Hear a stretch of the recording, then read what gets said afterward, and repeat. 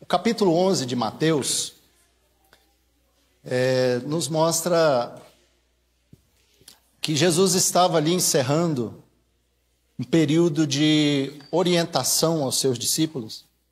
E quando ele termina esse período de ensinamento, de instrução que ele dá aos 12, ele toma a decisão de ir até a cidade deles, para ensinar e pregar na cidade de cada um deles. Então, ele está reunido com eles, dando instrução. Quando ele termina aquele momento, ele decide, então, ir até as cidades deles para pregar e ensinar na cidade deles. Nesse mesmo momento, João Batista estava preso.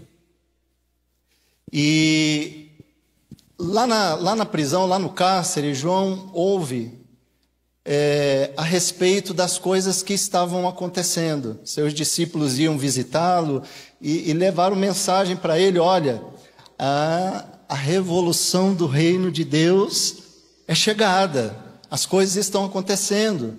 E João então fala para os seus discípulos o seguinte: vão até ele e perguntem para ele se ele é aquele que havia de vir ou se devemos esperar por outro. E aí os discípulos de João vão até onde Jesus estava. E quando chegam lá, Jesus está ensinando a multidão. Jesus está falando para o povo. E eles chegam e fazem a pergunta do seu mestre, João Batista, e falam assim: Jesus, João mandou que a gente viesse aqui e perguntasse para você: você é aquele que havia de vir? Ou nós ainda devemos esperar por outro? E aí Jesus, no versículo de número 4 desse capítulo 11, vai dizer para eles o seguinte: então tá, voltem lá a João e digam para ele o seguinte: anuncie a João o que vocês estão ouvindo e vendo. Digam para ele que os cegos veem, os coxos andam, os leprosos são purificados, os surdos ouvem, os mortos são ressuscitados, e aos pobres está sendo pregado o Evangelho. É interessante a gente perceber que a resposta que Jesus dá para que os discípulos de João levassem para ele é o mesmo texto de Isaías que Jesus lê naquele dia que ele entra no templo, dizendo que ele era agora o ungido do Senhor, o Espírito do Senhor está sobre mim, ele me ungiu para dar vista aos cegos. E as mesmas palavras, Jesus agora manda que ele vá de volta, que eles voltem lá e digam para João, para testificar que de fato era a obra do Messias que estava acontecendo, que de fato não haveria de vir mais nenhum outro, porque ele já estava ali. E eles vão embora para falar com João. E quando eles saem, Jesus retoma a sua pregação, o seu ensinamento para o povo. E agora o discurso de Jesus para o povo é voltado para falar sobre a importância de João Batista. Quem era João Batista e qual a sua importância? E aí Jesus começa a dizer para eles o seguinte: pessoal, ora, João tem uma importância muito grande. Porém, João é um homem muito simples, um homem que ele tem hábitos simples, modo de viver humilde, porque João vivia no deserto, João comia gafanhoto, com mel silvestre, tinha hábitos alimentares extremamente diferentes naquela época, se vestia de peles de animais, no mesmo modelo que o profeta Elias no Antigo Testamento. E porque ele era um homem simples e humilde, ele era desprezado, porque os judeus aguardavam um profeta que tivesse notoriedade e que tivesse aparência. Por causa disso, João não se enquadrava nesse modelo que era esperado ou havia sido projetado na mente deles. E porque ele não tinha esse padrão, ele era desprezado. Mas Jesus diz que apesar dessa vida simples e humilde que João Batista tinha, ele tinha uma importância muito grande, porque Deus o havia escolhido. João Batista era um homem de Deus que havia sido escolhido para vir antes de Jesus, preparar o caminho, anunciar arrependimento, anunciar conversão e anunciar a vinda do próprio Jesus, o Cordeiro de Deus que tira o pecado do mundo. Uma grande obra que ele tinha que fazer, que aparentemente para eles era incompatível com a maneira de ser de João Batista. E aí é nesse contexto que Jesus está falando sobre João Batista, e ele vai também falar a respeito de si mesmo. Ele então introduz, no versículo de número 16, se você puder acompanhar comigo, em Mateus 11:16, Jesus introduz uma pequena parábola, muito pequena, onde ele diz o seguinte: mas aqui compararei esta geração. É semelhante a meninos que, sentados nas praças, gritam aos companheiros: nós tocamos flauta, mas vocês não dançaram. Entoamos lamentações, mas vocês não prantearam. Pois veio João, que não comia nem bebia, e as pessoas dizem que ele tem demônio.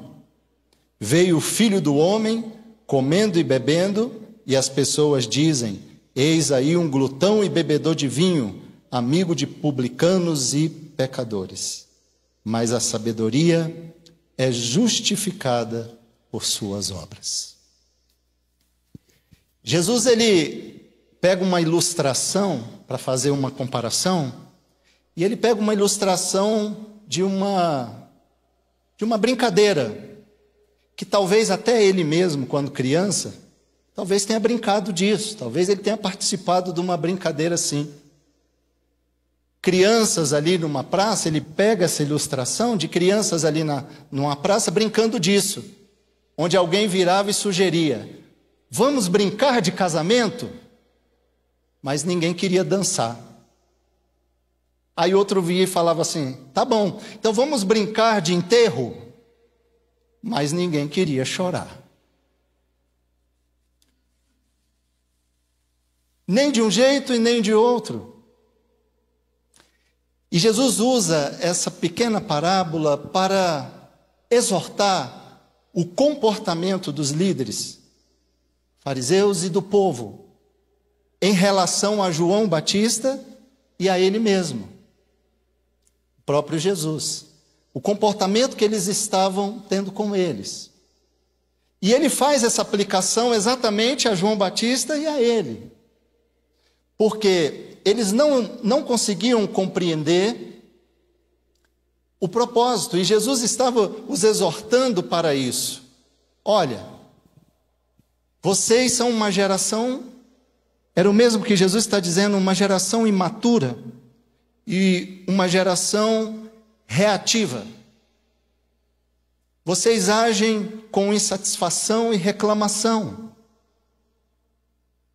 Porque primeiro vem João, e João vive no deserto, se veste de pele, come gafanhoto, come mel silvestre, vive isolado, e vocês dizem que ele é um louco, vocês dizem que ele tem demônio.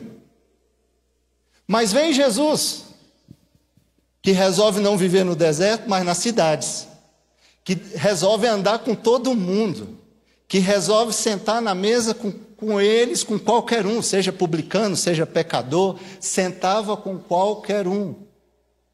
Ouvia as pessoas, independente de quem fosse. Andava com elas, compartilhava. Entrava na vida social das pessoas. Ia em festa de casamento. Conversava com todo mundo. Aí viraram e disseram: é um glutão, um beberrão, um bebedor de vinho. Se assenta com publicanos e com pecadores. É tão mau quanto os amigos dele.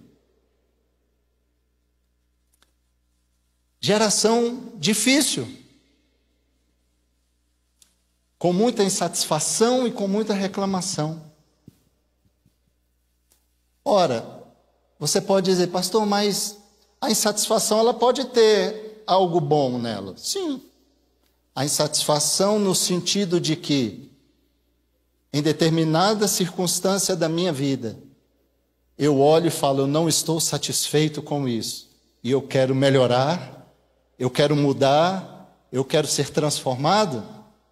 Essa insatisfação, ela é transformada para produzir, para uma força em algo bom dentro de nós.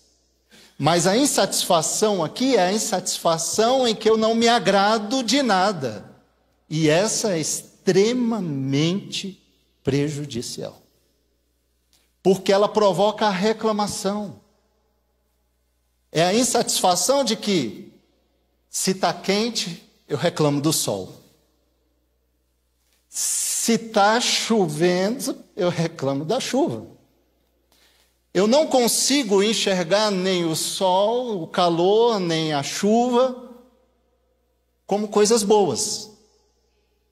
E eu estou insatisfeito. Eu reclamo. O oposto disso, dessa insatisfação e dessa reclamação, se chama gratidão. Sermos gratos.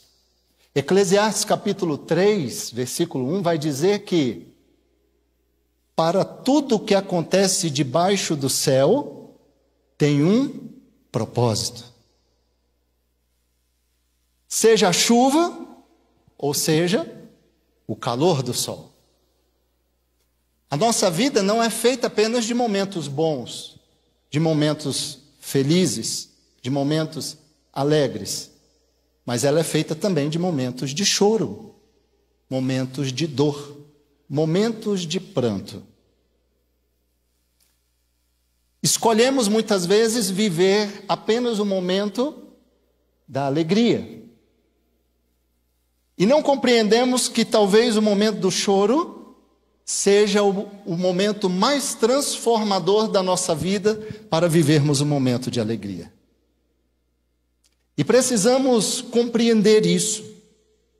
Precisamos entender que, seja de uma forma ou de outra, Paulo vai dizer que todas as coisas cooperam para o bem daqueles que amam a Deus e vivem segundo o seu propósito. Que tudo isso é importante e nós precisamos ser gratos. Paulo também diz que quer comais, quer bebais, ou façais qualquer outra coisa, façam isso para a glória de Deus. Tendo que comer e tendo que vestir, com isso estejam contentes.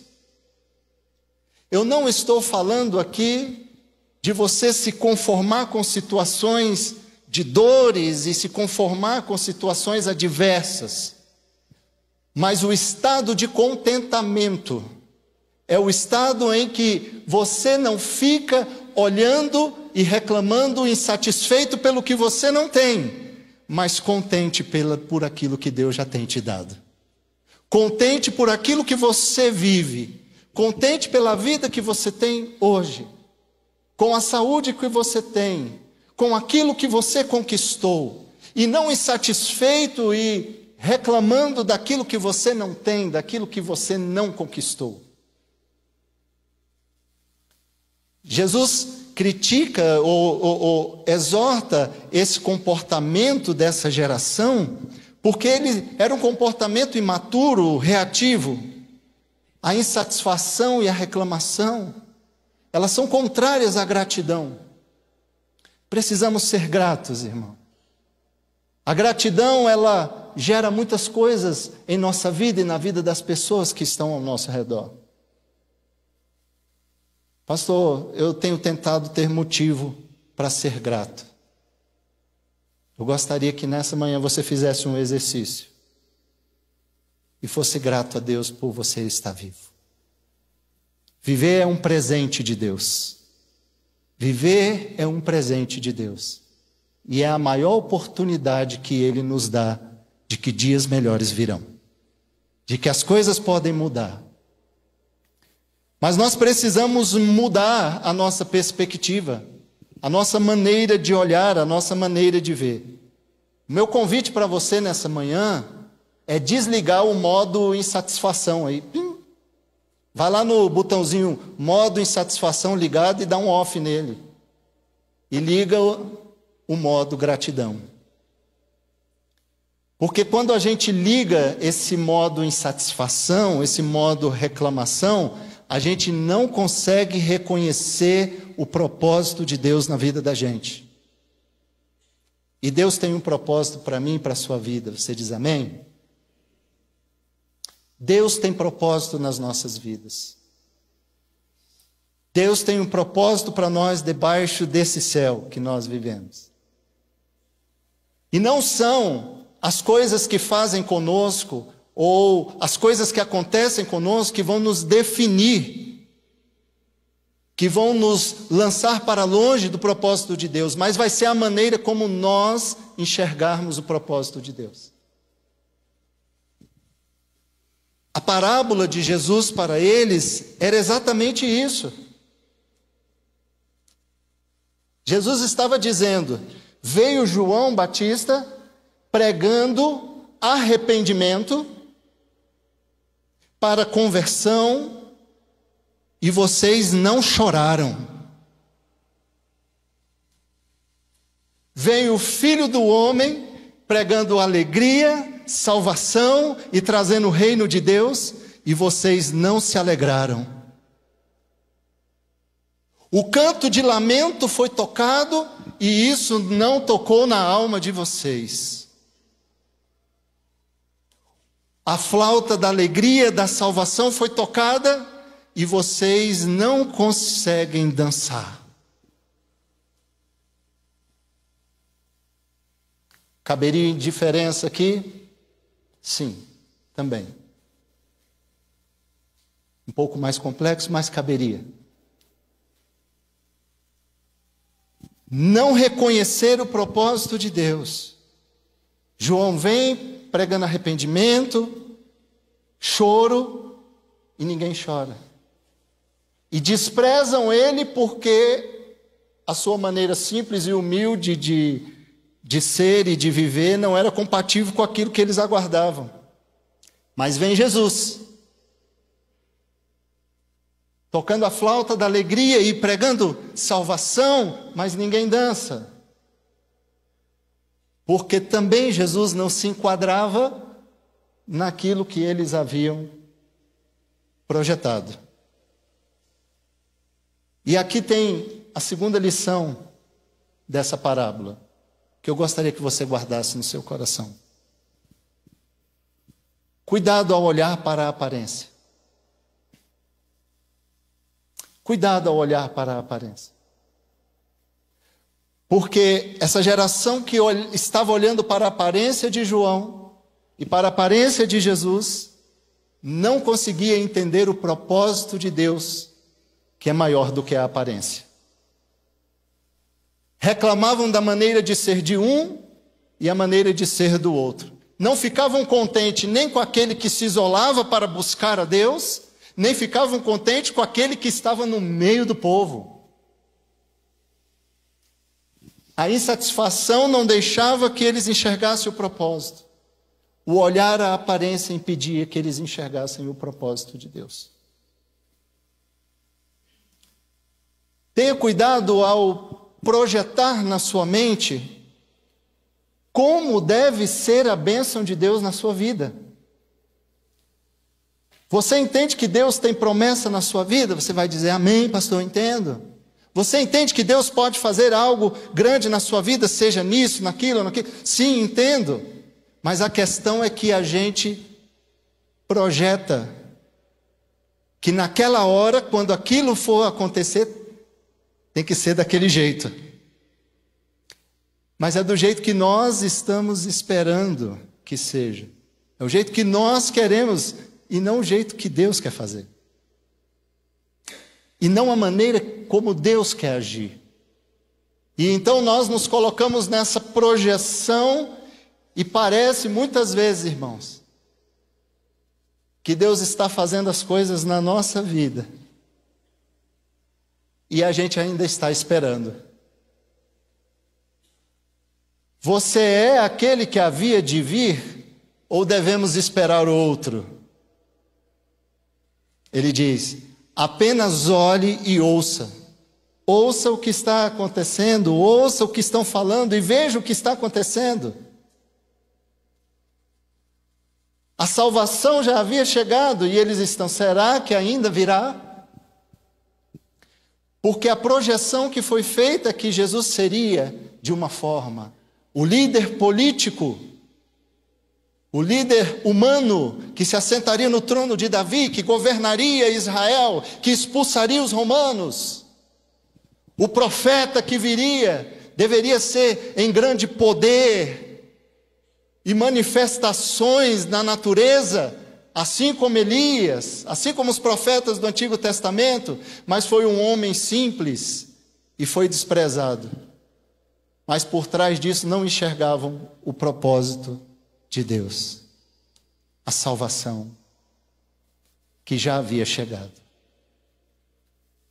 Pastor, o que o senhor quer dizer para mim nessa manhã? Que talvez o melhor de Deus que você tanto está esperando, você já está vivendo, irmão. Talvez aquilo que você acha que ainda vai acontecer lá não sei aonde, já está aí. Mas é que você projetou que a coisa fosse daquele jeito e não consegue enxergar. Não consegue ver o propósito de Deus. Tem coisas que não aconteceram mesmo, que talvez você ainda está esperando, mas muitas delas pode já estar diante de você. O meu conselho para mim e para você nessa manhã é que se o cântico da lamentação for entoado, chore com os que choram. Chore. Mas se a flauta da alegria for tocada, dance. Faça festa. Celebre. Mas vive intensamente, seja um ou seja outro. Não viva na indiferença, não viva na insatisfação e na reclamação. Cada momento que eu e você precisa viver, ele precisa ser vivido em sua totalidade. Porque nós somos seres plenos. E se a gente se limitar a viver qualquer uma dessas duas posições, seja ela do choro ou da alegria, estará faltando alguma coisa dentro de nós. Porque nós somos compostos dessa forma. Para cada dia de choro, para cada dia de derrota, para cada dia de vergonha, dupla honra. Porque fomos chamados para viver assim, de vitória em vitória, de bênção em bênção. Mas fomos chamados para enxergar o propósito de Deus na nossa vida. Aonde está? Está dentro de você. Essa busca precisa começar dentro de você. Como assim, pastor? Por que buscamos fora aquele que vive dentro de nós? Muitas vezes estamos buscando fora aquele que está dentro de nós. Mas a sua voz não é uma voz impositória, não é uma voz autoritária, mas é uma voz que chama, é uma voz que convida a voltarmos à centralidade. Ele é o centro que está na nossa alma. E nos convidando a voltarmos e ouvir a voz do discernimento que vem dele dentro de nós. Porque muitas vezes nos afastamos do propósito e deixamos de ser quem nós somos. E deixamos de viver aquilo que precisamos viver. Se a flauta da alegria tocar, irmão, pode ficar feliz e dançar. Mas se tiver que chorar, chore também. Chore também. E que Deus nos abençoe. Porque aquele que havia de vir, já veio. E essas coisas estão acontecendo hoje, na minha e na sua vida, e precisamos vivê-las com intensidade. Muito obrigado, Senhor, nessa manhã, por esse momento de comunhão, de reflexão, de adoração. Pedimos a Ti que continue nos abençoando. Pai, se temos vivido momentos de angústia, de tristeza, se temos vivido momentos de choro, ó Senhor, clamamos a Ti que chegue o momento de alegria. Mas que a gente entenda o propósito do choro, da angústia, da dor, e que a gente seja fortalecido com isso tudo, Pai, ao ponto de sairmos disso e vivermos também em plenitude a alegria, sem culpa, sem medo, mas vivermos um momento de felicidade das nossas vidas. Porque, Senhor, a vida não é fácil e ela propõe muitos desafios que nos levam à dor, à tristeza, mas a vida é boa, porque o Senhor é bom e o Senhor tem cuidado de nós e nós queremos ser gratos ao Senhor, não queremos ser insatisfeitos e reclamar por aquilo que não temos, Pai, mas queremos ser alegres, felizes e gratos por tudo que o Senhor já tem nos dado, por tudo que o Senhor tem feito por nós, por tudo que o Senhor ainda há de fazer, como cantamos que te agradecemos ao Senhor por ter morrido em nosso lugar, agradecemos ao Senhor porque o Senhor tem nos abençoado, tem cuidado de nós, ó Senhor, nos faz enxergar, faz a escama dos nossos olhos caírem e enxergar a bondade, a graça e a misericórdia do Senhor em toda a nossa vida e toda a nossa história, seja nos momentos de dor, seja nos momentos de tristeza, a gente vai descobrir, ó Deus, que se isso está fazendo sentido para nós, é porque a voz do Senhor dentro de nós está dizendo, eu estou aqui, eu continuo aqui, e muitas vezes quando nós sentimos que a Tua voz se cala, Pai, talvez é porque o Senhor esteja nos dando tempo para decidir, tempo para tomarmos decisões, ó Senhor, e nós queremos, Senhor, ouvir a voz do direcionamento do Senhor em nossa vida, entender o Teu propósito, entender os caminhos do Senhor e não rejeitar, ó Pai, que porventura que seja a bênção do Senhor, porque ela não se enquadra naquilo que nós projetamos, não se enquadra naquilo que eu desenhei, naquilo que o meu imaginativo propôs, mas, Senhor, que eu possa compreender que a bênção do Senhor é boa, é perfeita, agradável e não acrescenta dores para a minha vida, mas me conduz no caminho de retidão e salvação em Tua presença. Obrigado, Jesus. Continua a abençoar as nossas vidas, em nome de Jesus.